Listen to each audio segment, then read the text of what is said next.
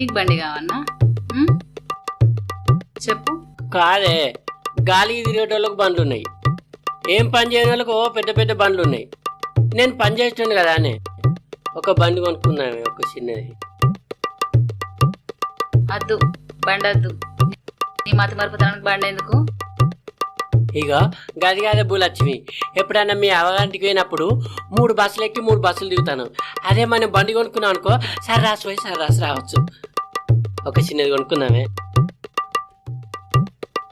సరే గాని కొంచెం తక్కువ ధరలో తీసుకో, బాగా ధర పెట్టకు. తక్కువ దారి లేకుంటేనే ఆ కిచెన్ అనుకున్న మా మల్లేశం అని పేరు తిరుపతి, వాళ్ళకి బండ్ల గురించి బాగా ఎరక. వాళ్ళని అడిగట, నేను కొన్ని మంచి లాట. రేపో